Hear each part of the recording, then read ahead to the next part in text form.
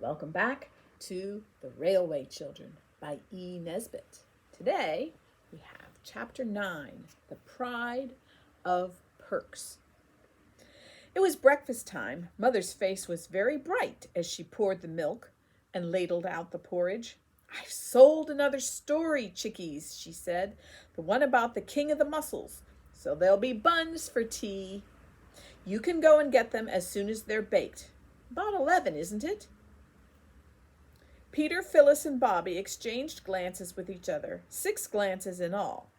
Then Bobby said, "Mother, would you mind if we didn't have the buns for tea tonight, but on the 15th? That's next Thursday." "I don't mind when you have them, dear," said Mother, "but why?"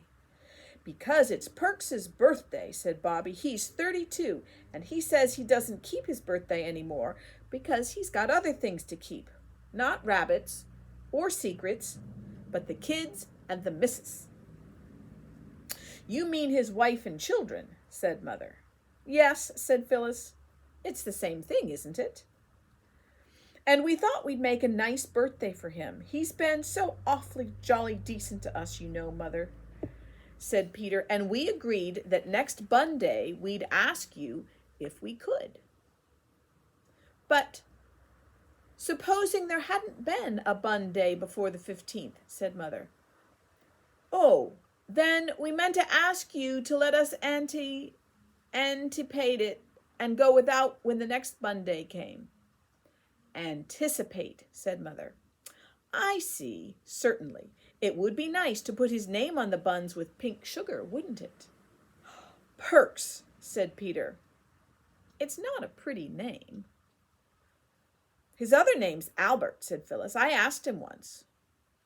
"We might put AP," said Mother. "I'll show you how when the time comes."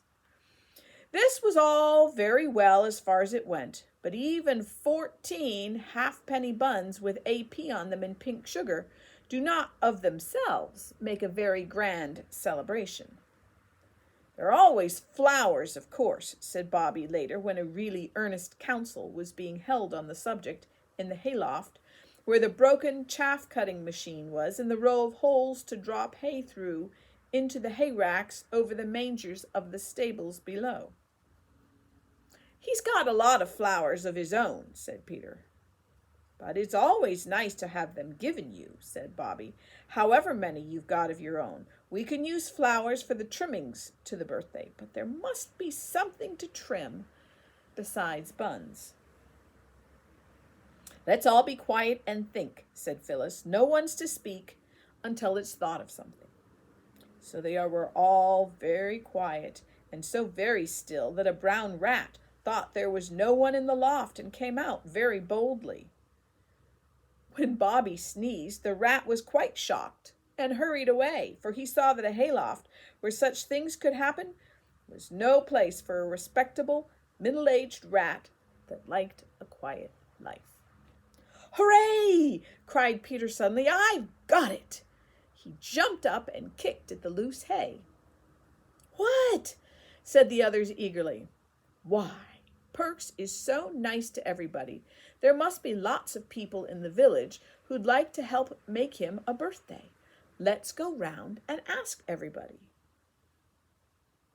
"Mother said we weren't to ask people for things," said Bobby doubtfully. "For ourselves, she meant, silly, not for other people. I'll ask the old gentleman too. You see if I don't," said Peter. "Let's ask Mother first," said Bobby. "Oh, what's the use of bothering Mother about every little thing," said Peter, "especially when she's busy. Come on, let's go down to the village now and begin." So they went. The old lady at the post office said she didn't see why Perks should have a birthday any more than anyone else. "No," said Bobby, "I should like everyone to have one. Only we know when his is." "Mine's tomorrow," said the old lady, "and not much notice anyone will take of it. Go along with you." So they went. And some people were kind, and some were crusty, and some would give and some would not. It is rather difficult work asking for things, even for other people, as you have no doubt if you have ever tried it. When the children got home and counted up what had been given and what had been promised, they felt that for the first day it was not so bad. Peter wrote down the lists of things in the little pocket book where he kept the numbers of his engines. These were the lists. Given: a tobacco pipe from the sweet shop, half a pound of tea from the grocer's, a woolen scarf slightly faded from the draper's, which was the other side of the grocer's, a stuffed squirrel from the doctor. Promised: a piece of meat from the butcher, 6 fresh eggs from the woman who lived in the old turnpike cottage, a piece of honeycomb and 6 bootlaces from the cobbler, and an iron shovel from the blacksmith's. Very early next morning, Bobby got up and woke Phyllis. This had been agreed on between them. They had not told Peter because they thought he would think it silly. But they told him afterwards when it had turned out all right. They cut a big bunch of roses and put it in a basket with the needlebook that Phyllis had made for Bobby on her birthday and a very pretty blue necktie of Phyllis's. Then they wrote on a paper for Mrs. Ransom with our best love, because it is her birthday. And they put the paper in the basket and they took it to the post office and went in and put it on the counter and ran away before the old woman at the post office had time to get into her shop. When they got home, Peter had grown confidential over helping Mother to get the breakfast and had told her of their plans. "There's no harm in it," said Mother, "but it depends on how you do it. I only hope he won't be offended and think it's charity. Poor people are very proud, you know." "It isn't because he's poor," said Phyllis. "It's because we're fond of him." I'll find some things that Phyllis has outgrown," said Mother, "if you're quite sure you can give them to him without his being offended. I should like to do some little thing for him because he's been so kind to you. I can't do much because we're poor ourselves.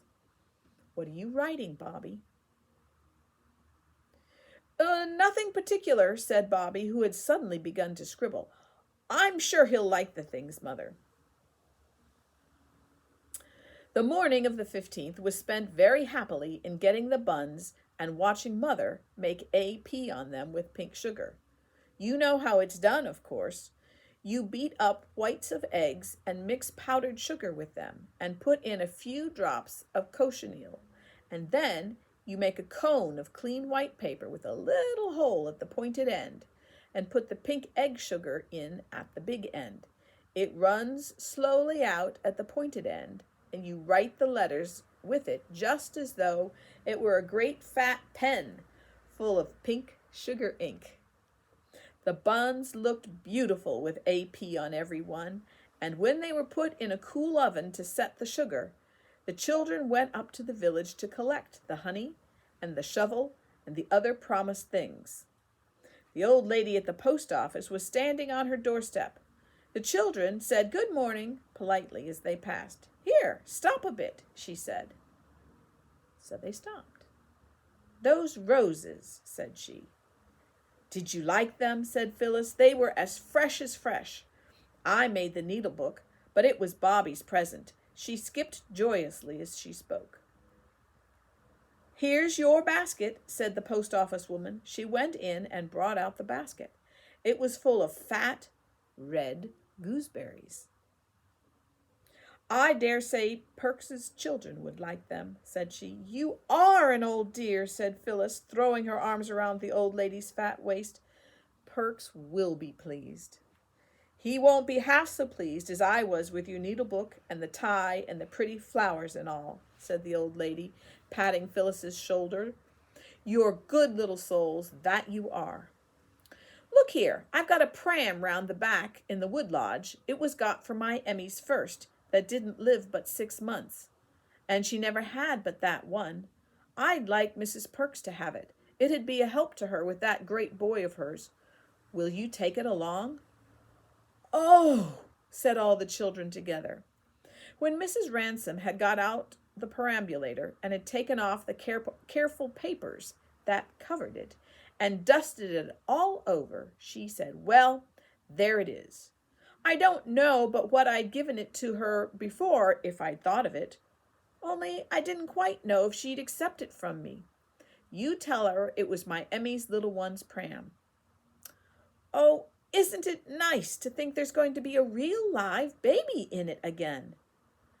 "Yes," said Mrs. Ransom, sighing, and then laughing. "Here, I'll give you some peppermint cushions for the little ones, and then you must run along before I give you the roof off my head and the clothes off my back." All the things that had been collected for Perks were packed into the perambulator, and at 3:30, Peter and Bobby and Phyllis wheeled it down to the little yellow house where the Perkses lived. So think like a stroller or a baby carriage.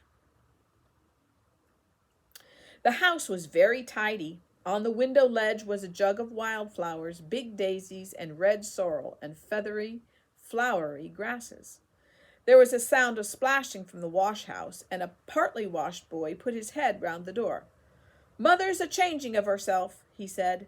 "Down in a minute," a voice sounded down the narrow, freshly scrubbed stairs. The children waited. Next moment the stairs creaked, and Mrs. Perks came down, buttoning her bodice. Her hair was brushed very smooth and tight, and her face shone with soap and water. "I'm a bit late changing, miss," she said to Bobby, "owing to me having had an extry clean-up today, along o' Perks happening to name its being his birthday. I don't know what put it into his head to think of such a thing. We keeps the children's birthdays, of course, but him and me, we're too old for such like, as a general rule." "We knew it was his birthday," said Peter, "and we've got some presents for him outside in the perambulator." As the presents were being unpacked, Mrs. Perks gasped. When they were all unpacked, she surprised and horrified the children by sitting suddenly down on a wooden chair and bursting into tears.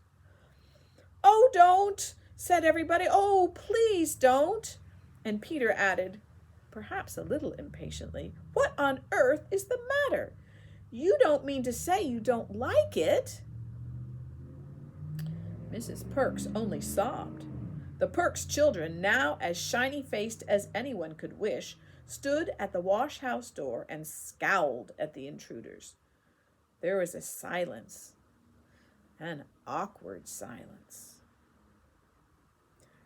"Don't you like it?" said Peter again, while his sisters patted Mrs. Perks on the back. She suddenly stopped crying, as suddenly as she had begun. There, don't you mind me. I'm all right," she said. "Like it? Why, it's a birthday such as Perks never had, not even when he was a boy and stayed with his uncle, who was a corn chandler on his own account. He failed afterwards. Like it? Oh." And then she went on and said all sorts of things that I won't write down, because I am sure that Peter and Bobby and Phyllis would not like me to. Their ears got hotter and hotter, and their faces redder and redder at the kind things Mrs. Perks said. They felt they had done nothing to deserve all this praise. At last Peter said, "Look here, we're glad you're pleased, but if you go on saying things like that, we must go home. And we did want to stay and see if Mr. Perks is pleased too. Oh, but we can't stand this." "I won't say another single word," said Mrs. Perks with a beaming face, "but that needn't stop me thinking, need it? For if ever—" "Can we have a plate for the buns?" Bobby asked abruptly. And then Mrs. Perks hastily laid the table for tea, and the buns and the honey and the gooseberries were displayed on plates, and the roses were put in 2 glass jam jars, and the tea table looked, as Mrs. Perks said, fit for a prince. "To think," she said, "me getting the place tidy early, and the little uns getting the wildflowers and all, when never did I think there'd be anything more for him except the ounce of his pet particular that I got a Saturday and been saving up for him ever since. Bless us, he is early." Perks had indeed unlatched the latch of the little front gate. "Oh, whispered Bobby. Let's hide in the back kitchen, and you tell him about it. But give him his tobacco first, because you got it for him. And then you've told him, and when you've told him, we'll all come in and shout, Many happy returns. It was a very nice plan, but it did not quite come off. To begin with, there was only just time for Peter and Bobby and Phyllis to rush into the wash house, pushing the young and open-mouthed Perks children in front of them. There was not time to shut the door, so that, without at all meaning it, they had to listen to what went on in the kitchen. The wash house was a tight fit for the Perks children and the Three Chimneys children, as well as all the wash house's proper furniture, including the mangle and the copper. Hello, old woman, they heard Mr. Perks's voice say. Here's a pretty set-out. It's your birthday tea, Bert, said Mrs. Perks, and here's an ounce of your extra particular. I got it a Saturday along of your happening to remember it was your birthday today. Good old girl, said Mr. Perks, and there was the sound of a kiss. But what's that pram doing here? And what's all these bundles? And where did you get the sweet stuff? And the children did not hear what Mrs. Perks replied, because just then Bobby gave a start, put her hand in her pocket, and all her body grew stiff with horror. Oh, she whispered to the others, whatever shall we do? I forgot to put the labels on any of the things.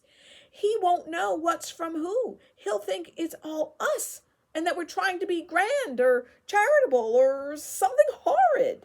Hush, said Peter. And then they heard the voice of Mr. Perks, loud and rather angry. I don't care, he said. I won't stand it, and so I tell you straight. But, said Mrs. Perks, it's them children you made such a fuss about. The children from the Three Chimneys. I don't care, said Mr. Perks firmly. Not if it was an angel from heaven. We've got on all right all these years and no favors asked. I'm not going to begin these sorts of charity goings-ons at my time of life, so don't you think it, Nell. Oh, hush, said poor Mrs. Perks. Bert, shut your silly tongue, for goodness sake. The all three of 'em's in the wash house a-listening to every word you speaks. Then I'll give 'em something to listen to, said the angry Perks.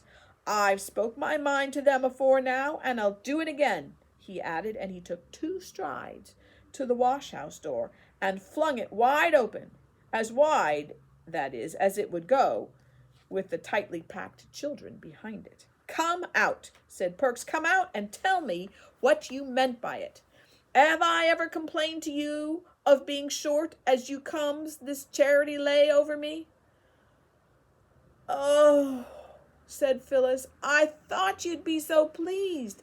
I'll never try to be kind to anyone else as long as I live. No, I won't, not never. And she burst into tears. We didn't mean any harm, said Peter. It ain't what you means so much as what you does, said Perks. Oh, don't, cried Bobby, trying hard to be braver than Phyllis and to find more words than Peter had done for explaining it. We thought you'd love it. We always have things on our birthdays. Oh, yes, said Perks, your own relations. That's different. Oh, no, Bobby answered, not our own relations. All the servants always gave us things at home, and to us and us to them when it was their birthdays.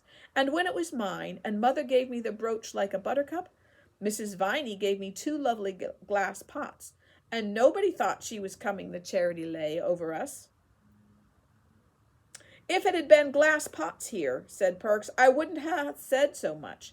It's there being all this heap and heaps of things I can't stand. No, nor won't, neither. But they're not all from us, said Peter, only we forgot to put the labels on. They're from all sorts of people in the village. Who put 'em up to it, I'd like to know? Asked Perks. Why, we did, said Phyllis. Perks sat down heavily in the elbow chair and looked at them with what Bobby afterwards described as withering glances of gloomy despair. So, You've been round telling the neighbors we can't make both ends meet? Well, now you've disgraced us as deep as you can in the neighborhood. You can just take the whole bag of tricks back where it came from. Very much obliged, I'm sure. I don't doubt but what you meant it kind, but I'd rather not be acquainted with you any longer if it's all the same to you. He deliberately turned the chair round so that his back was turned to the children. The legs of the chair grated on the brick floor, and that was the only sound that broke the silence. Then suddenly Bobby spoke. "Look here," she said, "this is most awful." "That's what I says Perks, not turning round. "Look here," said Bobby desperately, "we'll go if you like, and you needn't be friends with us any more if you don't want, but—" "We shall be always be friends with you, however nasty you are to us," sniffed Phyllis wildly. "Be quiet," said Peter in a fierce aside. "But before we go," Bobby went on desperately, "do let us show you the labels we wrote to put on the things." "I don't want to see no labels," said Perks, "except proper luggage ones in my own walk of life. Do you think I've kept respectable and outer debt on what I gets, and her having to take in washing to be given away for a laughing stock to all the neighbors?" "Laughing?" said Peter. "You don't know." "You're a very hasty gentleman," whined Phyllis. "You know you were wrong once before about us not telling you the secrets about the Russian. Do let Bobby tell you about the labels." "Well, go ahead," said Perks grudgingly. "Well then," said Bobby, fumbling miserably, yet not without hope, in her tightly stuffed pocket, "we wrote down all the things everybody said when they gave us the things with the people's names, because Mother said we ought to be careful, but I wrote down what she said, and you'll see." But Bobby could not read the labels just at once. She had to swallow once or twice before she could begin. Mrs. Perks had been crying steadily ever since her husband had opened the wash-house door. Now she caught her breath, choked, and said, "Don't upset yourself, Missy. I know you meant it kind if he doesn't." "May I read the labels?" said Bobby, crying onto the slips as she tried to sort them. "Mother's first. It says, 'Little clothes for Mrs. Perks's children.' Mother said, 'I'll find some of Phyllis's things that she's grown out of if you're quite sure Mr. Perks won't be offended and think it's meant for charity. I'd like to do some little thing for him because he's so kind to you. I can't do much because we're poor ourselves." Bobby paused. "That's all right," said Perks. "Your ma's a born lady. We'll keep the little frocks and whatnot, Nell." "Then there's the perambulator and the gooseberries and the sweets," said Bobby. "They're from Mrs. Ransom. She said, 'I dare say Mr. Perks's children would like the sweets.' And the perambulator was got for my Emmy's first. It didn't live but 6 months, and she's never had but that one. I'd like Mrs. Perks to have it. It would be a help with her fine boy. I'd have given it before if I'd been sure she'd accept it from me. She told me to tell you," Bobby added, it was her Emmy's little one's pram." "I can't send the pram back, Bert," said Mrs. Perks firmly, "and I won't. So don't you ask me." "I'm not a-asking anything," said Perks gruffly. "Then the shovel," said Bobby. "Mr. James made it for you himself. And he said, where is it? Oh, yes, here. He said, 'You tell Mr. Perks it's a pleasure to make a little trifle for a man who is so much respected.' And then he said he wished he could shoe your children and his own children like they do the horses because, well, he knew what shoe leather was." "James is a good enough chap," said Perks. "Then the honey," said Bobby in haste, "and the bootlaces. He said he respected a man that paid his way, and the butcher said the same. And the old turnpike woman said many was the time you'd lent her a hand with her garden when you were a lad. And things like that came home to roost. I don't know what she meant. And everybody who gave anything said they liked you, and it was a very good idea of ours, and nobody said anything about charity or any horrid thing like that. And the old gentleman gave Peter a gold pound for you and said you were a man who knew your work. And I thought you'd love to know how fond people are of you, and I was never so unhappy in my life. Goodbye. I hope you'll forgive us some day."